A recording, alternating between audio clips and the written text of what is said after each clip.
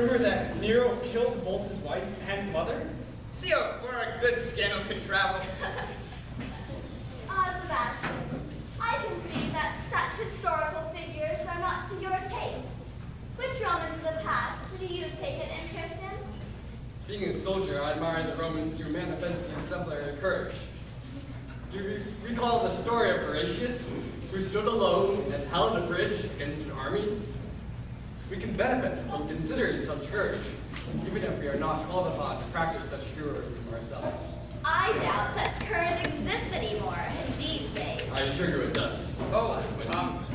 I'd much rather emulate the Roman vices than the Roman virtues. Wouldn't you, Horatius? For shame, mother. Speaking of Roman vices, Lord Fabius, have you any interest in the affairs of the Christians? Ah, yes, what are those awful fanatics up to now? I hear they like to suffer, just imagine, and that they glory in the shameful cross. As to suffering, do you know that they believe that if they bathe only once in their lives, they will be clean always? Then I don't suppose there's any danger of crossing them as fast. Do you think it is really true they eat children? Truly, sir, I have heard. There is a rumor that Diocletian will institute a new policy regarding this. They say he means to exterminate the tribe. Ah, then we will have plenty of sport in the Colosseum. That will be a noble spectacle. Hey, Sebastian? To call out a noble spectacle, a helpless child or woman against a savage beast? No! I will draw my sword against any enemy of the emperor's. But in such a struggle, I would draw it rather against the lion or leopard that should rush against the innocent or defenseless. Even the slaughter is my imperial order. I say, So we shall never see you in the amphitheater? If you do, it will be on the side of the defenseless. Sebastian is right, and I close the discussion with my applause. I've never heard Sebastian speak except on the side of generous and high-minded sentiment. Now, not another word on the subject, or our dinner will be spoiled.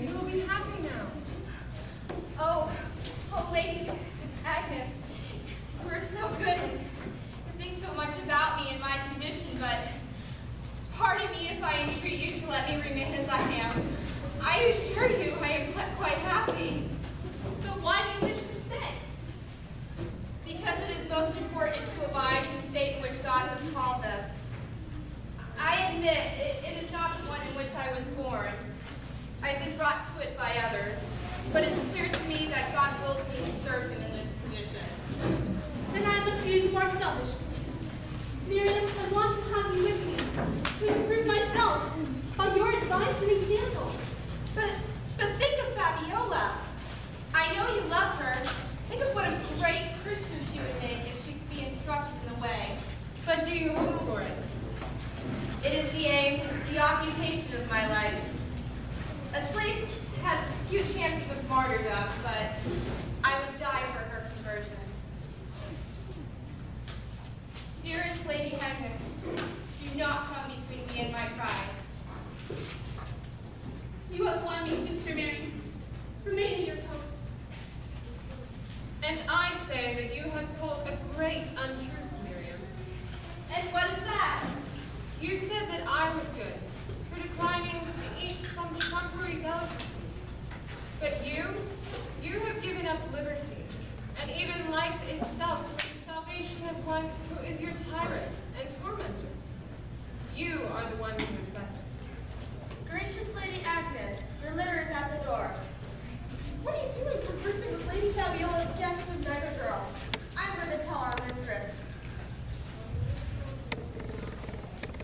I'm sorry we must part, my friends. Shall we meet tomorrow at my house? I think Fabiola will permit it. Wonderful. Then good night until tomorrow. God bless.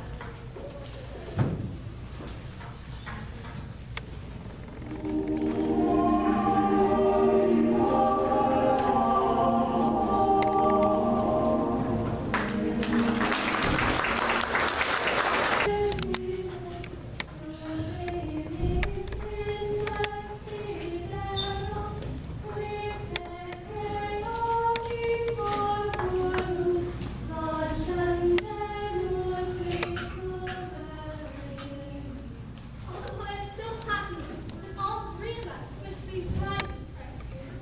All three of us love him, and he loves us. And yet, not one of us is jealous. No, we are like sisters. Isn't it wonderful that our bridegroom loves each and every one of us, whether no matter if we are rich, poor, blind, or a slave?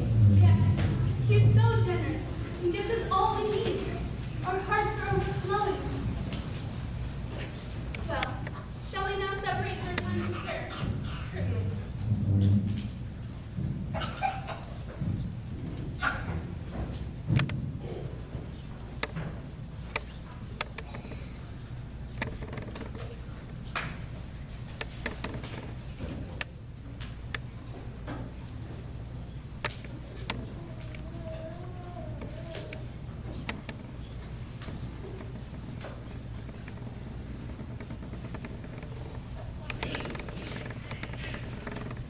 Lady Agnes, I have come to express to you my sincere regard. Oh, Roger, is it not? I will assume I am not unwelcome. Oh, well, I'm joyful because today is the day of my betrothal, for my beloved. Why, oh, who is this happy man? I hope I might have a place in your thoughts and affections. My beloved says to me, arise, my love, my dove, my beautiful one, and come. Madam, you are trifling with one who sincerely admires you. I earnestly solicit your hand in marriage. You? Oh, please, stay away from me. I have already promised myself to one that has secured my heart. What? Well, why do you entice me? And then scorn me? You mean another man has been here before me today? Sebastian, I suppose. Who are you to utter his name with such disdain? And who are you to intrude upon the privacy of my cousin in her own house? Who are you to take upon yourself to be imperious mistress of another's house? One who takes some blame for allowing her to meet you at my own house. Come out. Let us leave him alone. Haughty Roman dame, you shall bitterly rue this day and hour. You shall know how I can revenge.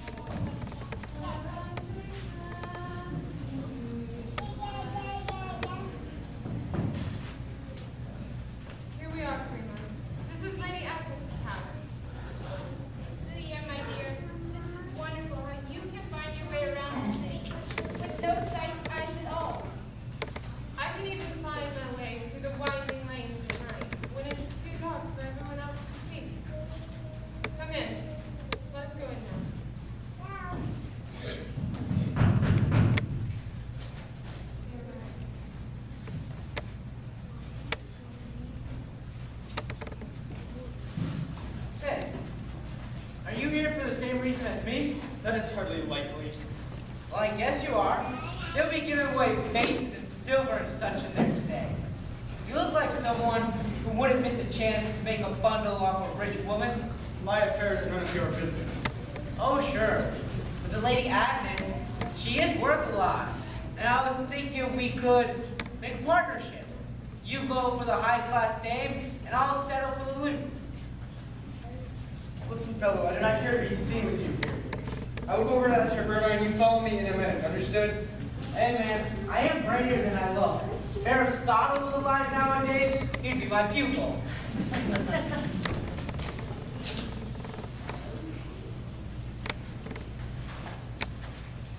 So, which house is it you're in? I've never been to the house of Lady Agnes. It's on the street. We don't know which one it is. We'll have to wait for Sebastian to drive and show us. I hate waiting. Sebastian has lots of concerns to deal with, so he might be late.